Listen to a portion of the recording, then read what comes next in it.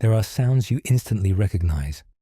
Rain, branches tapping your window, footsteps. But what I heard wasn't footsteps, not human ones. But before I get into that, don't forget to like the video and subscribe only if you enjoy these stories. Comment where you're listening from. And if you've ever lived somewhere that just didn't feel right, I want to hear your story for a future video.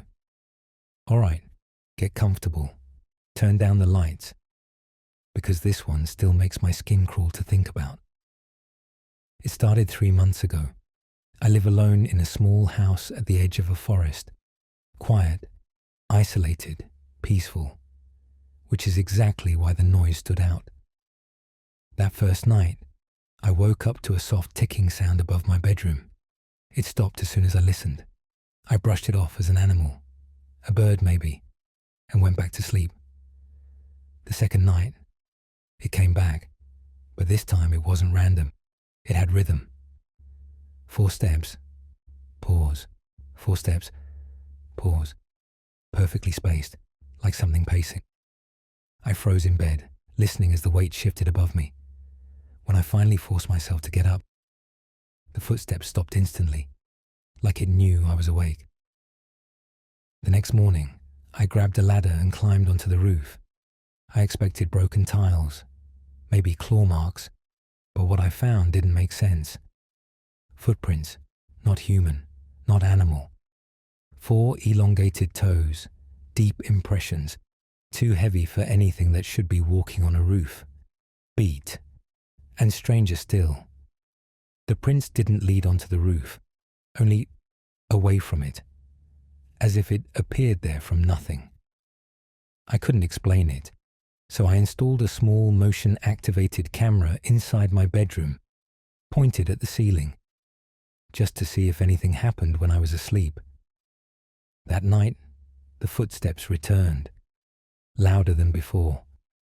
I felt each one vibrate through the wooden beams above me. I stayed in bed. I wanted evidence. But after almost 2 minutes of non-stop pacing, I broke.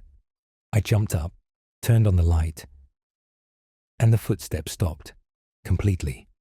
But the camera kept recording. The next morning, I checked the footage.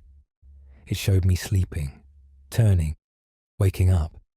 But when the footsteps began, something glitched.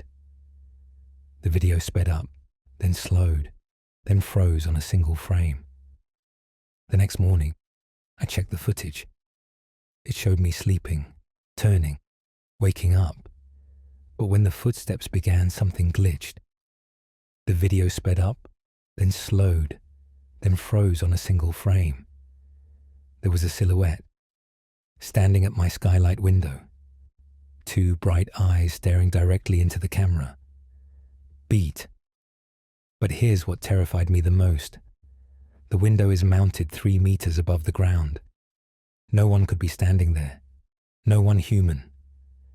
There was a silhouette, standing at my skylight window. 2 bright eyes staring directly into the camera. Beat. But here's what terrified me the most.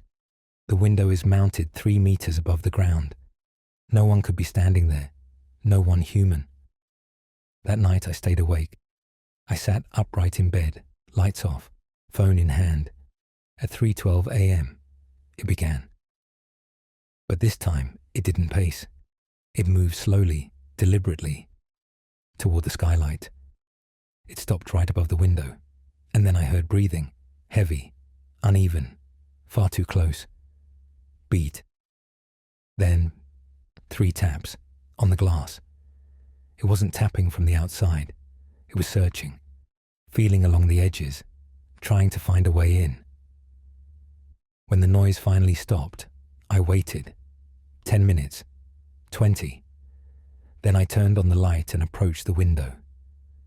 There were no footprints, no smudges, nothing at all.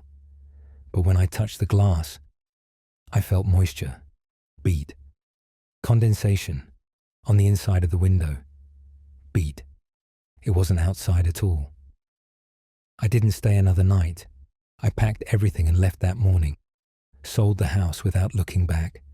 But sometimes, even now, when I wake up in the middle of the night, I still hear it.